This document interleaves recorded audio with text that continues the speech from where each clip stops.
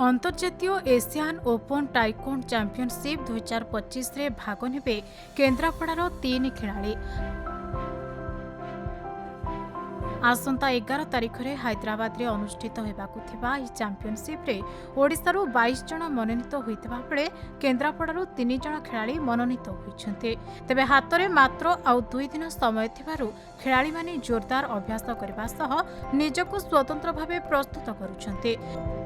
तेबे जिलार 3 जनक मध्यरु जणे खेलाड़ी हेले डेराबिस अंचलर न्यूटन चंद्रशेखर सेठी। चैंपियनशिप रे किपरि न्यूटन भल प्रदर्शन करिवे से नै तांकु शुभेच्छा जणाइछन्ते साथी खेलाड़ी। एशियन ओपन चैंपियनशिप हैदराबाद रे को खेल रे तुमसे कैटेगरी। अच्छा कोन खेल को खेल टाइकोंडो। केते घंटा प्रैक्टिस करछो? प्रतिदिन 3 घंटा।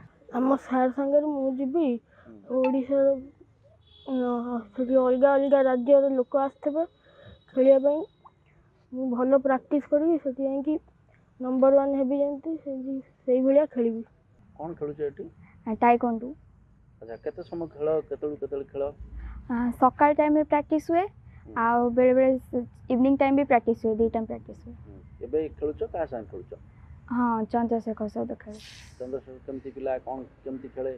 से रेगुलर आसे भलो प्रैक्टिस करे, रेस्पेक्ट दे सब सार मानन को, तो आशा करछि से भलो खेलिबो आ सेठी भलो प्रदर्शन करिवो। कोठी सिलेक्शन? एशियन ओपन चैंपियनशिप से सिलेक्ट हेछि, तो क्लास समस्त बहुत खुशी अछंती जेहेतु आम सहित पिलाटा प्रैक्टिस करथिला आ आशा करछु से सेठी भलो खेलु समस्त ना रखु।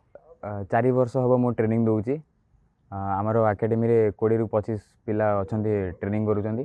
एबे न्यूटन चंद्रशेखर पिलाटे अछि फ्रेशर कैटेगरी रे। एबे आमरो आगामी 11 तारिख दिन हवा को जाउची हैदराबाद रे Asian open international championship invitational game रे से सिलेक्ट हेचंती। आम ओडिसा रु 22 जणिया टीम रु केन्द्रापड़ा रु 3 जण पिला पार्टिसिपेट करूचन सेथिरे।